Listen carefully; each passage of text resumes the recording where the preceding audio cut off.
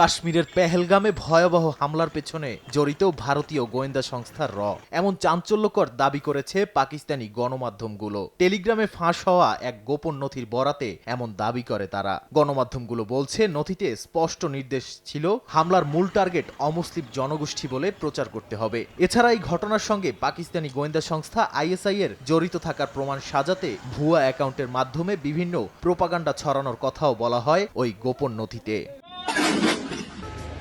দুই দেশের মধ্যে চলমান উত্তেজনার মধ্যেই বৃহস্পতিবার কাশ্মীর নিয়ন্ত্রণ রেখায় পূর্ণমাত্রার সামরিক মহড়া পরিচালনা করেছে পাকিস্তানের সামরিক বাহিনী। এ সময় সাঁজোয়া যান, অত্যাধুনিক রণসরঞ্জাম নিয়ে যুদ্ধের অনুশীলন করেন সেনারা। পাকিস্তানের সেনাবাহিনী জানায় প্রতিকূল যে কোনো পরিস্থিতি মোকাবিলায় প্রস্তুত দেশটি। এছাড়া কাশ্মীরের নিয়ন্ত্রণ রেখায় টহলরত ভারতের 4টি যুদ্ধবিমানকে ধাওয়া দিয়ে তাড়িয়ে দেওয়ার দাবি করে পাকিস্তান। দেশটির সংবাদ মাধ্যম ডন জানায় পাকিস্তান বিমান বাহিনীর তাড়া খেয়ে কাশ্মীরের ওপর টহলরত ভারতীয় যুদ্ধবিমান পিছু হটতে বাধ্য হয়।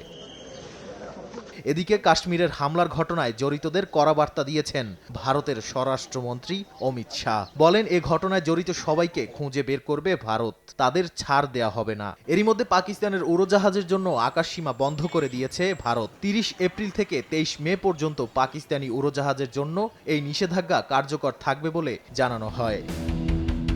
টানটান এই পরিস্থিতিতে ভারতকে সংযত করতে মার্কিন প্রেসিডেন্ট ডোনাল্ড ট্রাম্পের হস্তক্ষেপ চেয়েছেন যুক্তরাষ্ট্রে নিযুক্ত পাকিস্তানের রাষ্ট্রদূত। এর আগে পাকিস্তানের প্রধানমন্ত্রী শাহবাজ শরীফ ও ভারতের পররাষ্ট্রমন্ত্রী এস জয়শঙ্করকে ফোন করে সংকট নিরসনের আহ্বান জানান যুক্তরাষ্ট্রের পররাষ্ট্রমন্ত্রী মার্কো রুবিও।